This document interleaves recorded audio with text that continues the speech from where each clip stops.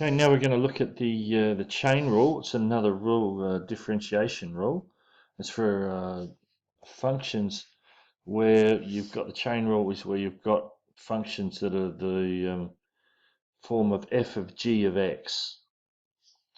And this first bit, they're looking at functions that are form f of x to the power n. So in other words, this would be g of f of x where g was equal to x to the n. That could have chosen better the way they've actually done this, but it's the same rule. Okay, this form enables you to deal with expressions that can't be turned into polynomials. Easy like that. So if you have a look, here's the rule. So if you get a function like this, d by dx of a function f of x to the power n, it's n f of x to the n minus 1 times f dash of x. Okay, so f could be anything. It could be x squared, it could be quadratic, it could be a trig function, whatever it is. If it's to the power n, and n could be, where n is any number, a half, 2, 3, minus 4. The derivative is n f of x to the n minus 1 times f dash of x. Okay, so we'll have a look at a few examples of this. Yeah, trig and log functions. We'll do them later.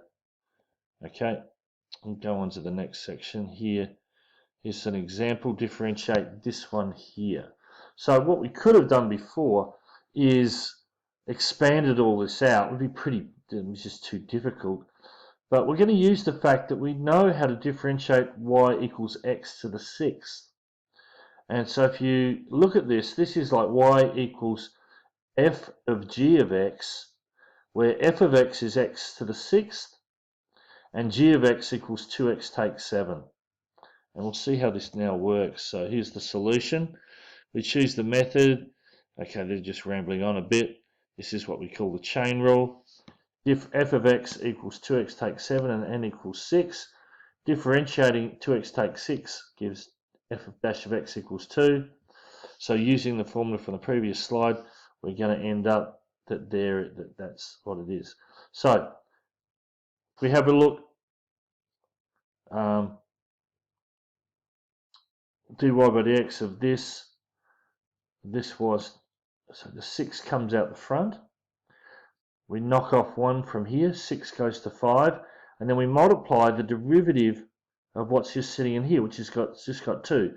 So that's where the 12 came from, the 6 times the 2, and this is 2x take 7, all to the power 5. Okay, so just go through that and make sure you understand where that's coming from. We'll try another example.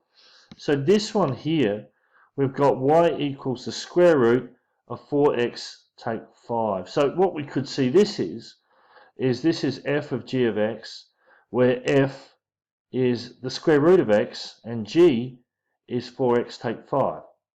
So the derivative of y is going to be df by dg times dg by dx. So it looks like we're going to rewrite it like that and use the rule according to the rule these guys do. That's how it all comes out. Okay, so the half comes down to here. You subtract 1 times the derivative of this thing in here, which the derivative of that in there is 4. Okay, and so the answer we finally get equals that. Okay, that's all I'm going to do on that for this one. But just remember, we'll just go back a bit, what the rule is. This chain rule for functions that look like this, f of x to the power n equals n f of x to the n minus 1 times f dash of x. So that's a formula theorem you need to know. Okay, we'll leave it there.